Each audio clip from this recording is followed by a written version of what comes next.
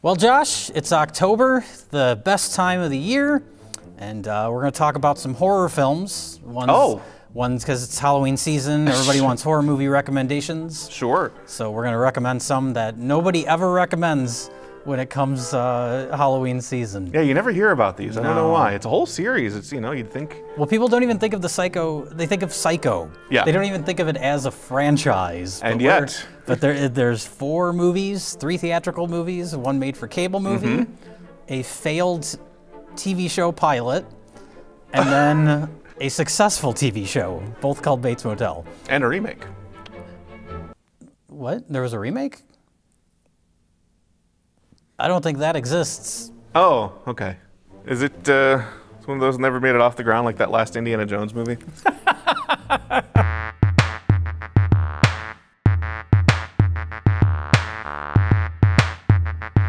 It's kind of hard to talk about the Psycho franchise without talking about Alfred Hitchcock's original film. But the question is, what do you say that hasn't already been said a million times? Well, I would like to address that real quick. If there's anybody that started this video that has not seen Psycho, what the fuck? We're going to give spoilers for a movie that everybody knows all the twists to, but we should say that about all the movies, because they all have their own little twists. That's true, and yeah, so we're going to spoil all of them, because it's impossible to talk about them without doing that. But the newest one is almost fucking 30 years old, so I don't feel that bad about it. That's true, but everybody knows Psycho, and not everybody knows the sequels. Yeah. Well, but that's kind of the thing about Psycho, is that it's one of those movies that's impossible to see the same way twice. This movie is at the top of my list of movies that I wish I could see without knowing anything about it. I wish I could watch it for the first time, not knowing, because I didn't see it for the first time until like high school. Yeah. But I knew the whole movie before I even watched it. Pretty much. Like there are certain things and like little bits and pieces, but yeah, like you know, it's impossible to avoid this whole thing about Norman and his mother.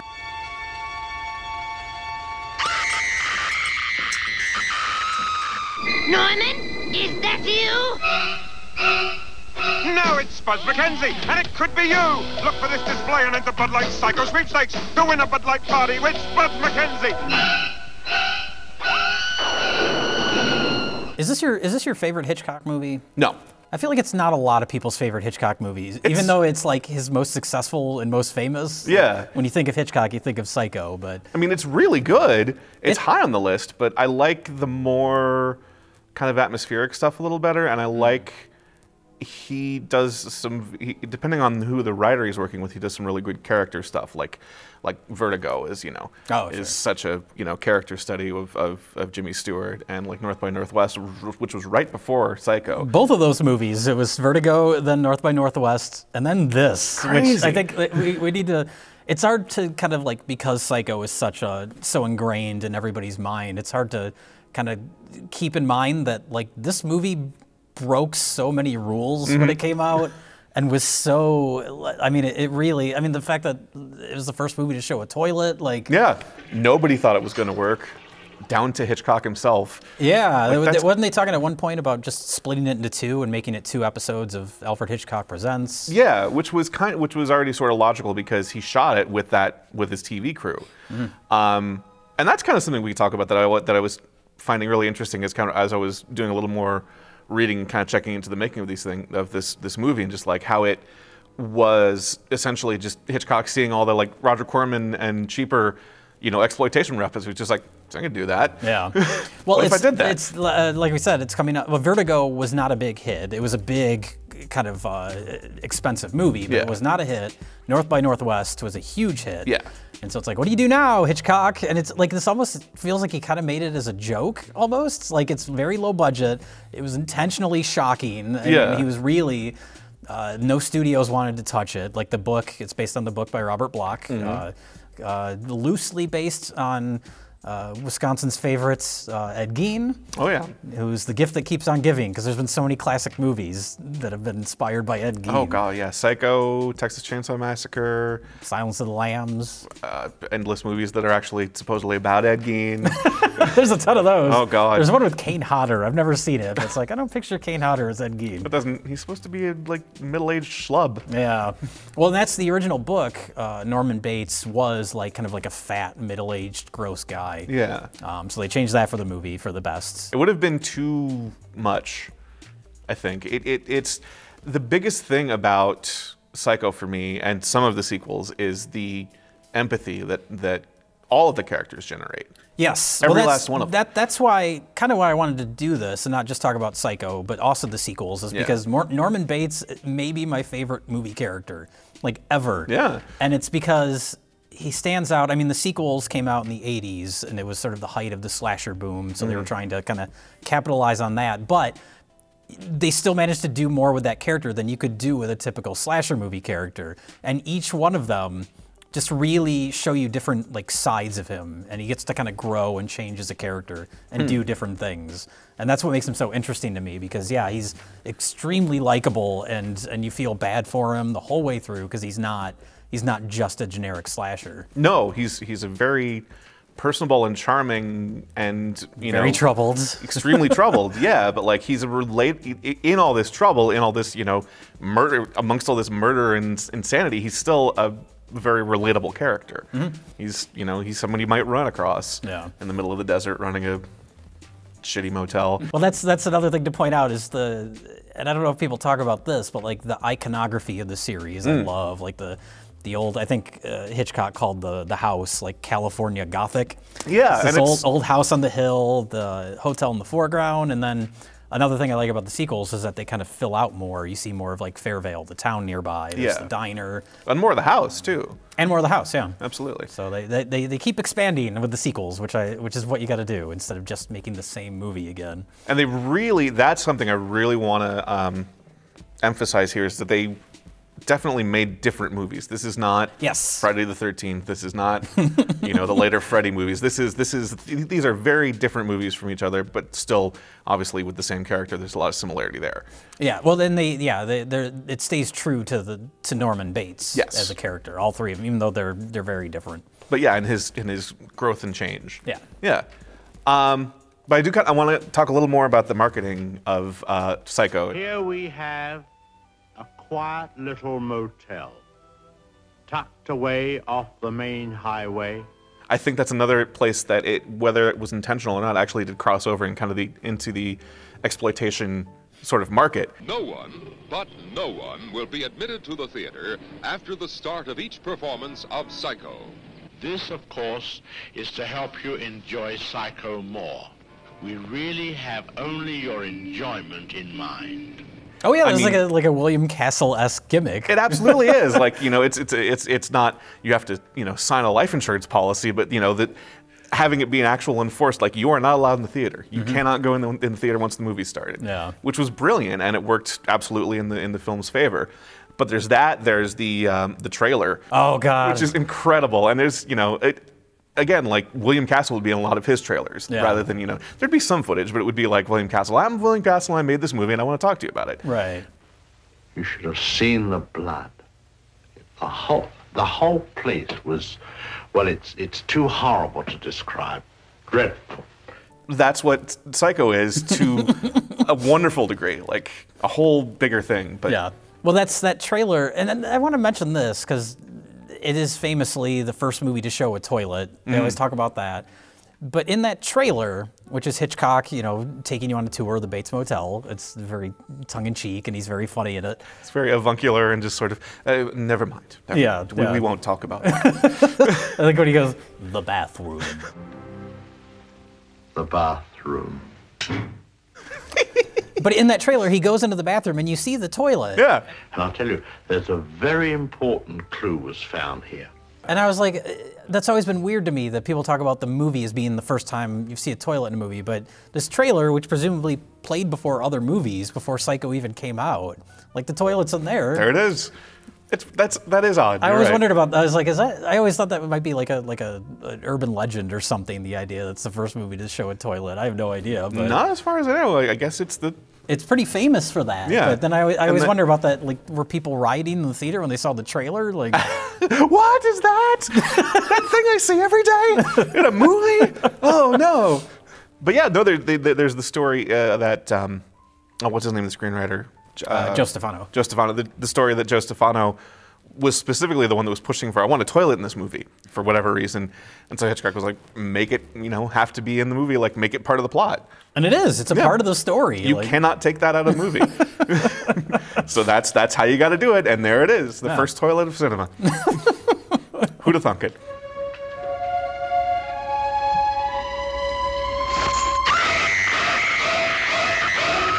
I can't imagine how shocking this movie must have been when it came out. And I think that's something that kind of gets over, because now it's considered like a classic. Yeah. But it really, I mean, it was, kind of this under the radar thing he was doing just to see what he could get away with. And things like the toilet or the amount of like sexuality and nudity in the movie. I mean, Janet Leigh is in her underwear through like half of her scenes. Yeah. And it's nothing that hadn't been being done in exploitation movies and cheapy stuff, but he wanted to see how much of it he could put into the mainstream at that point, I guess. Yeah. And the idea that also it needed to be black and white to get past the censors, essentially, with all the blood. I love that though. It's beautifully shot. I love it, and especially coming after Vertigo, which is just like this beautiful. I don't know, is it Technicolor or is it? It's definitely very one of those processes, vibrant. Yeah. To go from that to this little kind of down and dirty, low budget movie. Yeah, but it's not like. It's funny that you wouldn't necessarily know it was a TV crew looking at it because it's not super flat. No, not at all. There are a lot of really brilliant shots, really confusing, like just from the way you're looking at shots, like when the detective is killed and he's going down the stairs kind of backwards and there's that weird sort of, it's like such a strange thing to look at. It looks like an image from a dream. Like it doesn't look natural or real. No. And that's kind of all the kill scenes in the movie are like that.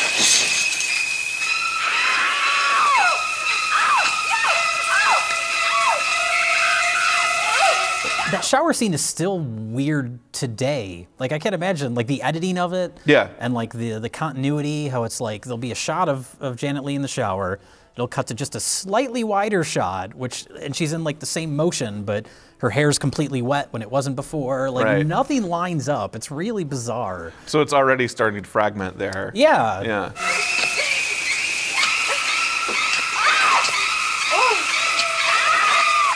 And like every cut is a literal cut with the knife. Two different actors in the bath, Janet Leigh and can't remember her name, but she was like a Playboy model. Yeah, because they wanted someone that would just be comfortable with the nudity. Yeah.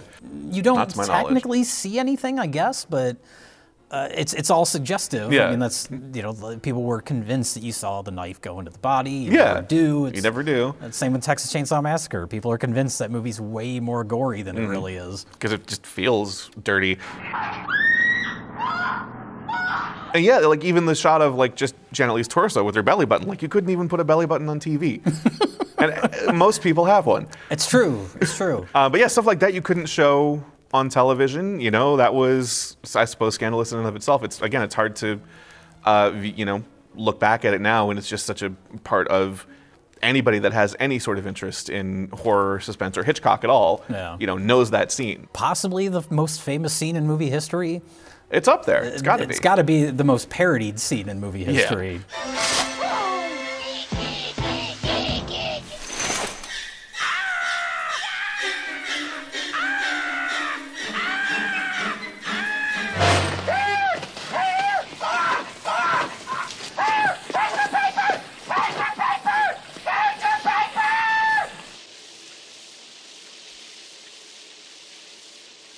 That kid gets no tip.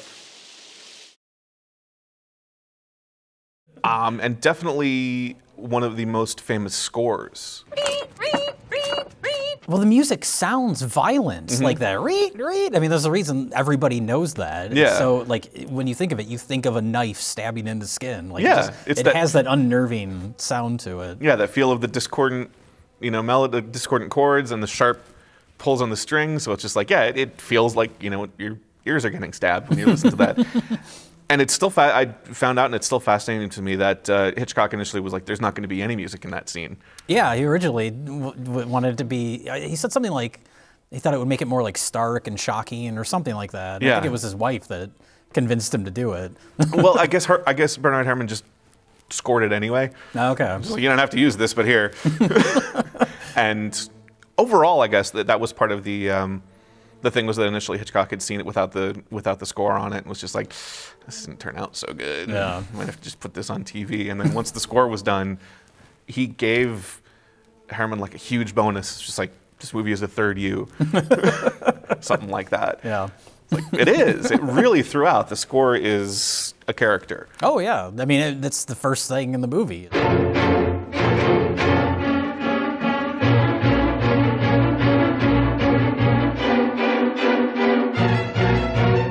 Saul Bass opening credits with that famous score, which was famously ripped off for Reanimator.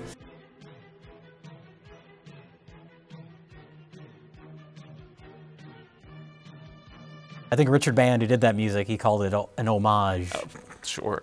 It's just the same thing. But that shower scene also famously that's shocked people because it killed off your protagonists a third of the way through the movie. And that's, again, like, I wish I could watch this for the first time because you are with Marion Crane for the, you know, that whole first part of the movie. You sympathize with her, like you understand her dilemma. I mean, she's just trapped in this mistake she's made, and that's, you know, she takes the opportunity and almost immediately starts regretting it.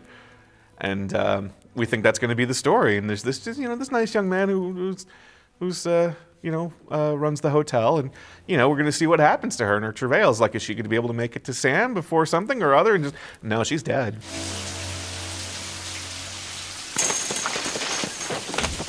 Well, that's, I love the element of almost like chance that's in the movie. Like, even from the first shot, we get, I know it was famously supposed to be one long shot, but they kind of had to chop it up when it's going into the window. There's a series that dissolves there, but it's like, we could have went into any other window in that hotel and we would have a completely different story. And then Marion Crane, she could have stopped at any different hotel. It would be a completely different story. Yeah.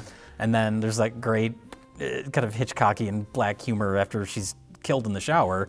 The camera pans over to the newspaper that she's wrapped the money in. Right. And it's like, hey, that's what set this whole story in motion, and it doesn't matter anymore. Nope.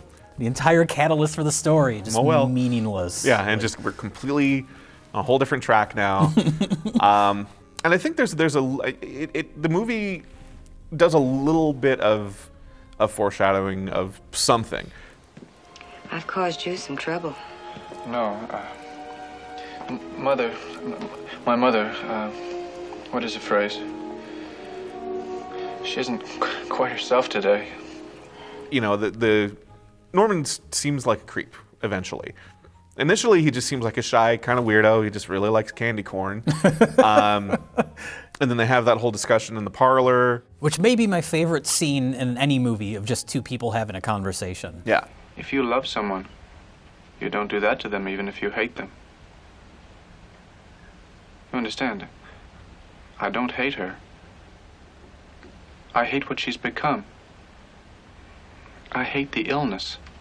Like, so much happens in that scene. Somebody, like, you see Norman Bates go through so many different emotions. You see her completely, you know, change her entire plan of what she's doing because of her reaction to him. And just like the angles, like, she's shot kind of, you know, sort of eye level.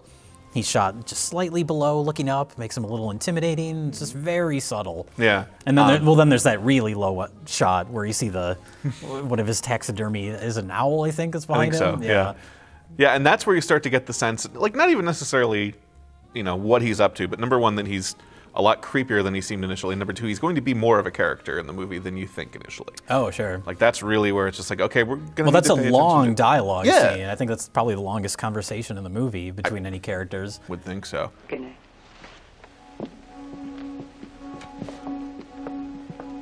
She leaves the parlor, and then this is the first time that we're not with her. It holds on. It holds on Norman, and it's like, okay, we're switching over to a different movie now. Yeah, yeah, and it does it so easily that it's you barely even think about it when it's happening, if you think about it at all. Yeah. Mother, oh God, Mother, blood, blood. And then the shower scene happens, Yeah. and then like that long, meticulous cleaning up afterwards. Like, it's so methodical and yeah. just, oh man, he's just. You feel for Norman so much there because, you know, in the language of the movie, you don't know that it's him yet. So he's just having to clean up after his mother, and just like he's conflicted and he's worried that someone's going to find out, and he just is making sure that every little thing, as much as he can, is cleaned up and put away. And you feel for Norman a lot at that point. And then, if I have any complaints about the movie, it's very, very minor, because in a lot of ways this is a perfect film.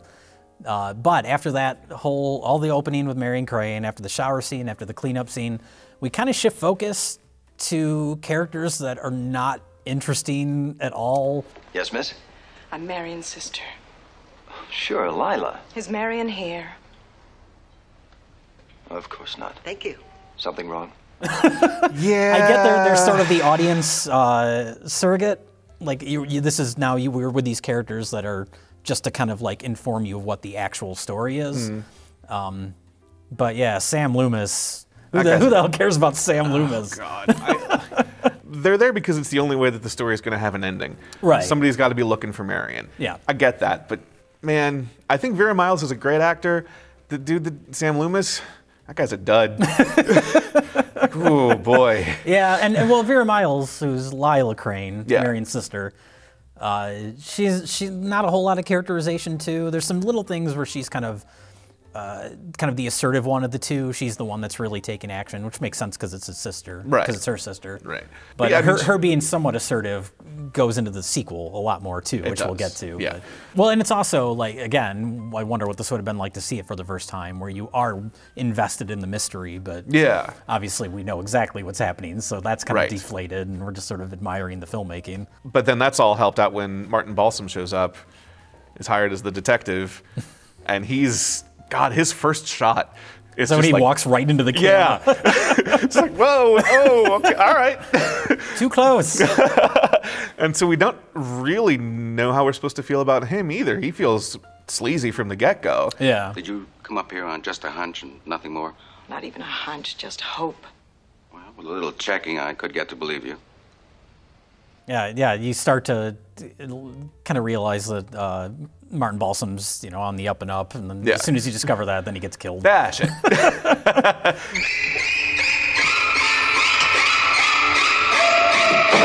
Yeah, there's the phone call right before. It's like, I figured this out. I got this. I'm going to go up there. Boom, dead. Oh.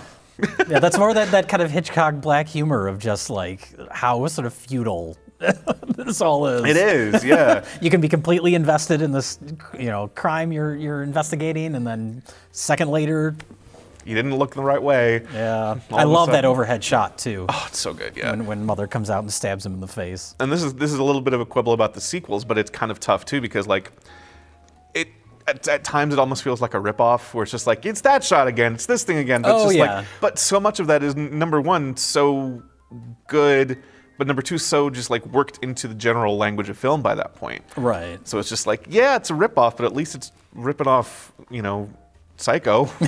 Is it a ripoff or is it an influence? But yeah, but so many of those shots again have become iconic. Yeah. And are not just in the sequels, not just referenced in the sequels, but in all sorts of movies. Mm-hmm. All sorts of camera misdirects. Like it's almost a magic trick. Like, look over here. Oh shit. Yeah.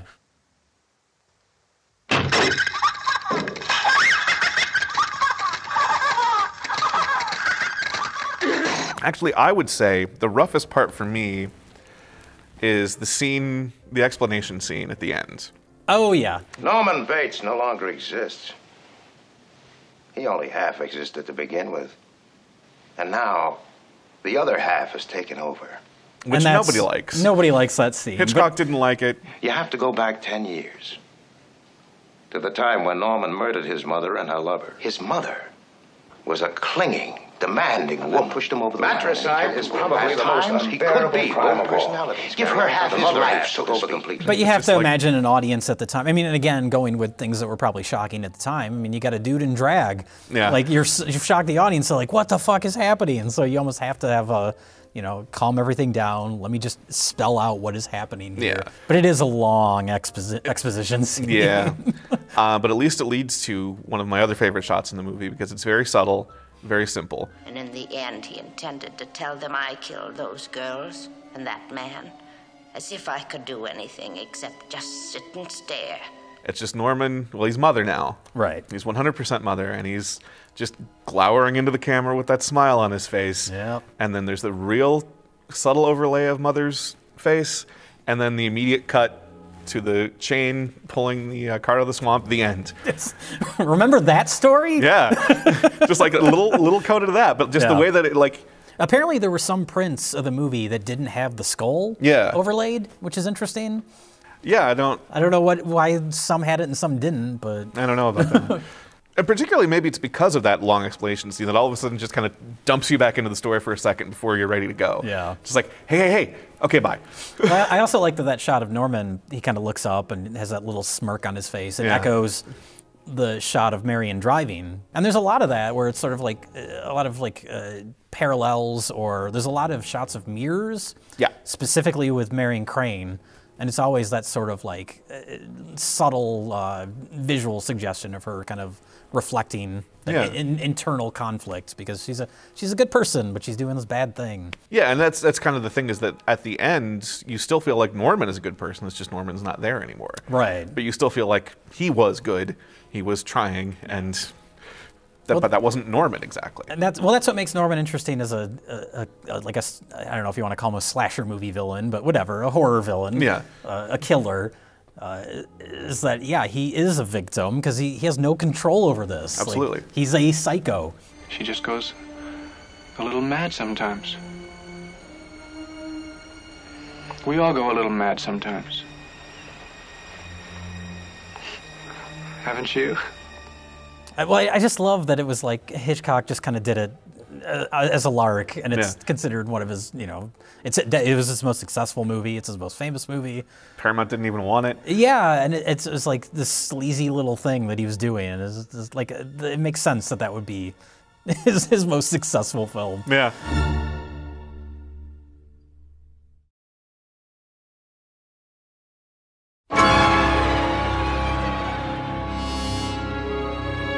So it got to 20 years later. 22 years. 22 years later. That's what we belabored in Psycho 3. 22 years. Yeah, that's right. Yeah. But that was 20 years ago. 22. I don't know what the kind of motivation was initially to make this movie, Psycho 2. Yeah, I'd feel like I'd have to know more about what was going on at Universal at the time. From my kind of like, my version of it is that the studio was like, what was it, 82? Mm-hmm. This is like the height of the slasher movies, which for anyone that doesn't realize it, there were so many fucking slashers. There's a great documentary called Going to Pieces. If you can find it, check it out, because it covers all that. But there was like, every week there was a new slasher movie. So I'm picturing Universal being like, hey, these slasher movies are big. Do we own any properties where someone gets stabbed? Oh, hey, Chief. Oh, we got that famous one. Let's make another one of those. All right. But I know originally the idea was it was just going to be like a made-for-TV movie. Okay. And at one point they were talking about having Christopher Walken play Norman Bates. Well, right, just because they weren't sure they were going to get Tony Perkins. Right. It was just going to be this little made-for-TV thing. Yeah. Which the fourth one ended up being. But it's crazy even to think about, because you've got some real, like, good people. Well, that's the thing, is I think once Anthony Perkins got on board, they're like, oh, we should probably treat this like a real movie. Yeah. And so it's interesting because they got all these people involved with it that are sort of like people that clearly inspired by Hitchcock. Richard Franklin, who was actually a Hitchcock protege. Yeah. Have you ever seen his movie Road Games? Not yet. It's really good. I've got it sitting waiting. I've been meaning to watch it. Speaking of Hitchcock, it's like Rear Window, but in a semi-truck. It's really good. with Janet Leigh's daughter, Jamie Lee Curtis. Yeah. And it was scripted by Tom Holland. Not the Spider-Man Tom Holland. No, the Fright Night Child's Play Tom Holland. Yes, Fright Night, also inspired by Rear Window. Indeed. But yeah, let's talk about the kind of the plot of this. Starts off with a courtroom scene, and Norman has been judged sane. He's been working with Robert Loggia. In a rare, just normal guy performance. Yeah, Robert Loggia just gets to be a person. Just a doctor that's, concerned about his patients. Yeah. That's it. My name is Mrs. Lila Loomis. I have a petition here signed by 743 people against Norman Bates' release, including the relatives of the 7 people he murdered. Lila, who in the interim married Sam Loomis. Now she's Lila Loomis, which sounds like a comic book character or something. Very much does. So this is when Lila Crane is an interesting character. I love her in this movie. Yeah. Mrs. Loomis, Norman was not convicted of murder. He was found not guilty by reason of insanity. And since he is no longer insane, just he has as legal much of a hocus right to his own pocus. life And when as he you or I. murders again, you will be directly responsible. And it's interesting because, yeah, Norman Bates is let out, and it's sort of about him kind of readjusting to society and trying to kind of, you know, stay sane, basically. Yeah. It's a little goofy that so many people are just kind of like forgiving of him in the town. It's really interesting. I mean, I feel like it's almost like I mean, obviously it's written that way for convenience partially, but it feels like almost like a small town thing. Just like, you know, he's one of ours. He's from here, and we need, you know. Yeah, that's true. He's earned this forgiveness, and he was put away for 22 years, and he. You would think that in reality, you think more people would be like Lila or like Dennis Franz. Oh, that's beautiful. Go on, Psycho, pick it up. Come on, pick it up. What's the matter? You lose your nerve, huh? Or do you only attack women, huh? It seems like Fairvale doesn't have a lot of drunk assholes. Or maybe it did.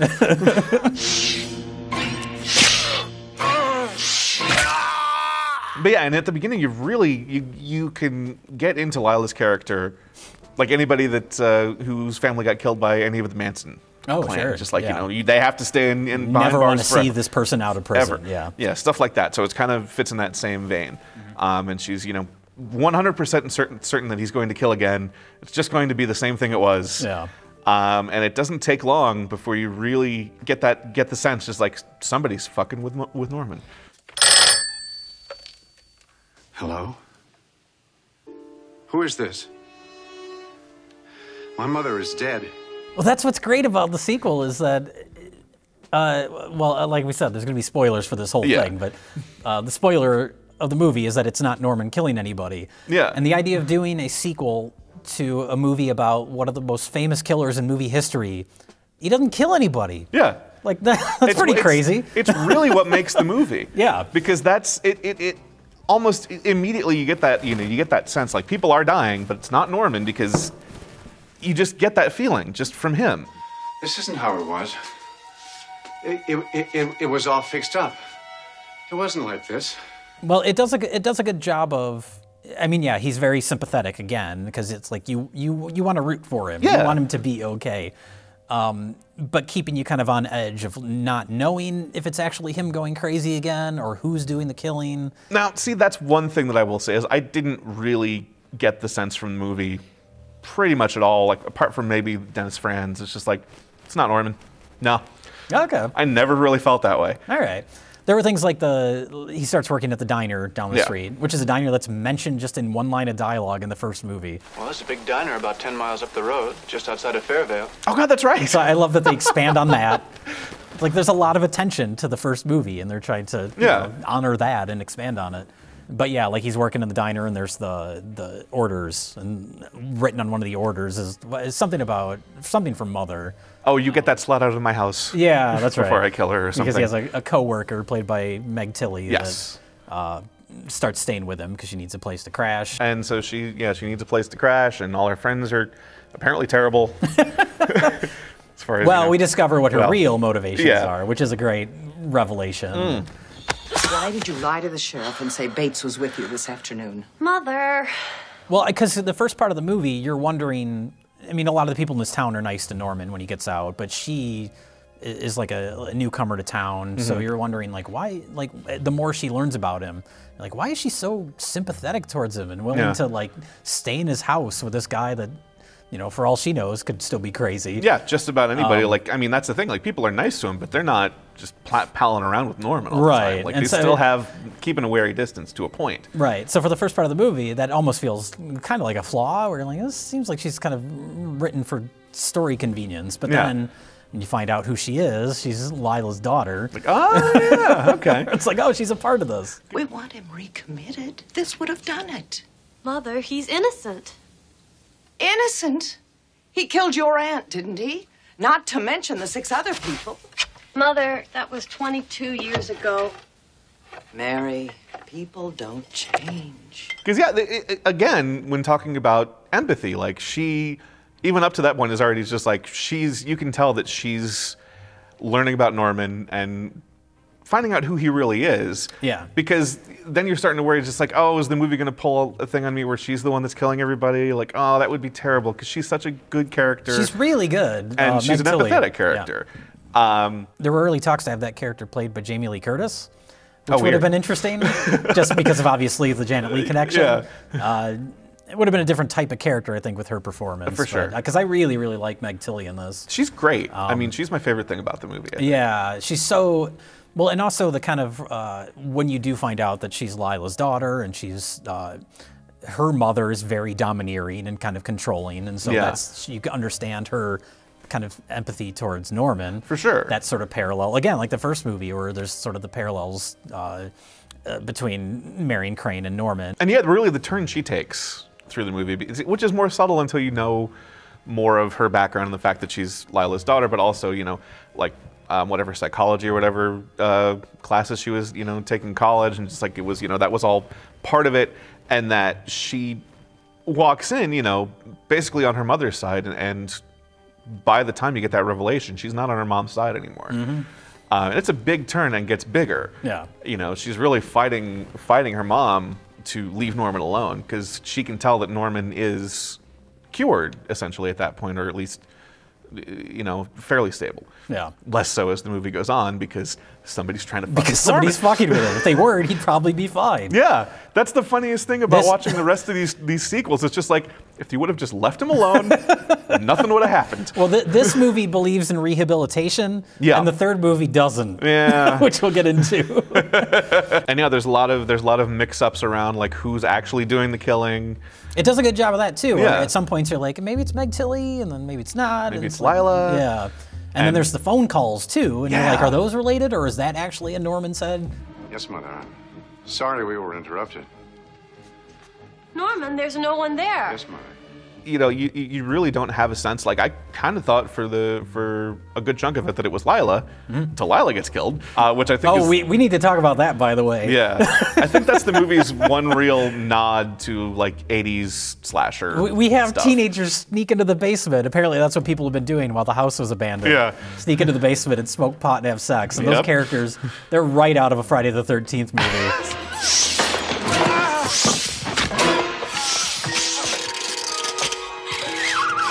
And then Vera Miles' death.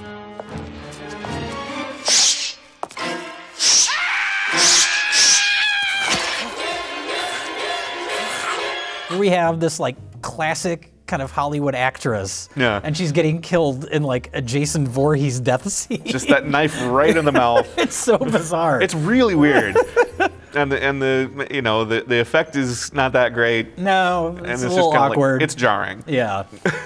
Just like, yeah, and that's why that really kind of stood out to me. It's just like, oh, we're trying to, like, knives are big, gore, and like,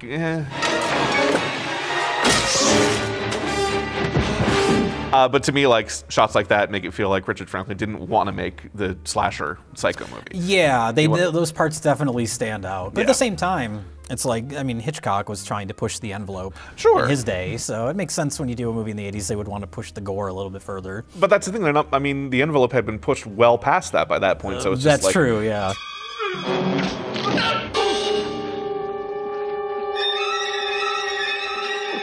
Trying to push this character into that spot, and that's not as comfortable. Yeah. Although it ends up not being his character, so you can justify it that way, I guess. God knows what Mrs. Spool is capable of. Well, that's the big twist at the end. Mrs. Spool, this kindly little old lady that works at the diner with Norman. Are you really my mother?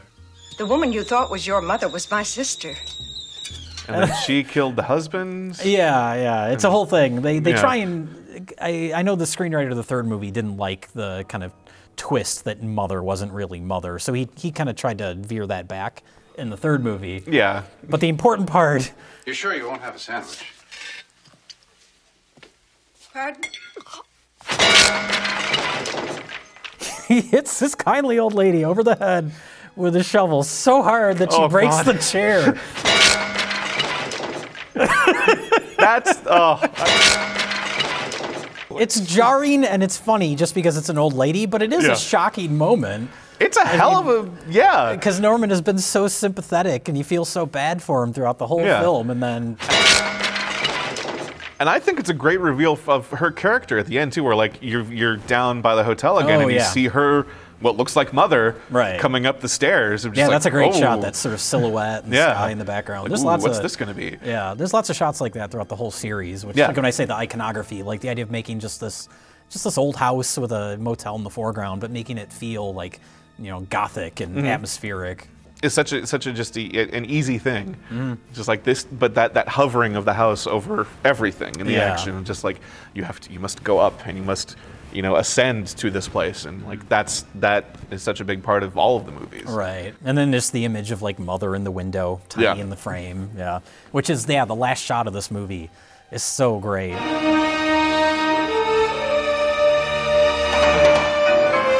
All right, Mrs. Spool is now Mother. She's been propped up in the window. Norman's on the the top of the hill.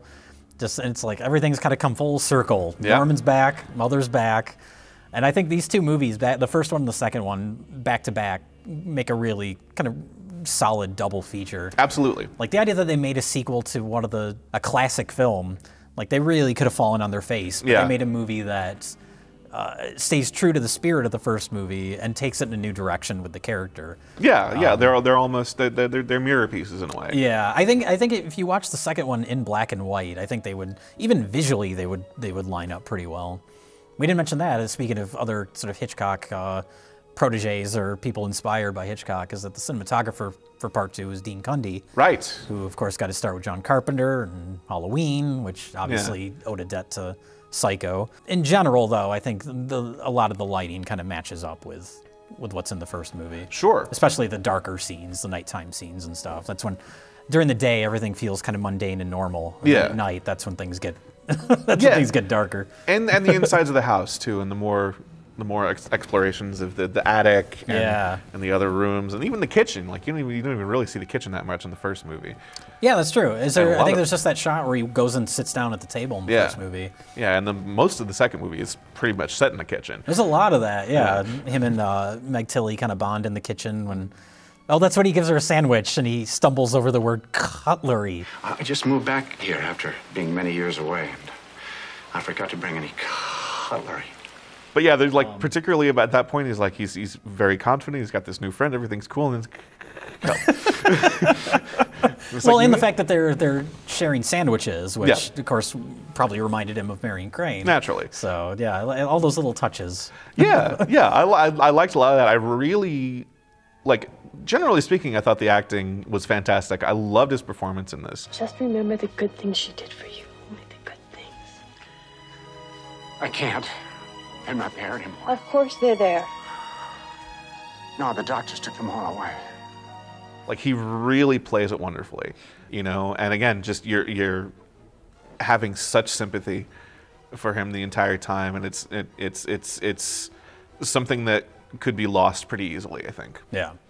I think kind of loses it in the third movie. Yeah, speaking of performance, as good as he is in Psycho 2, not so good in Psycho 3.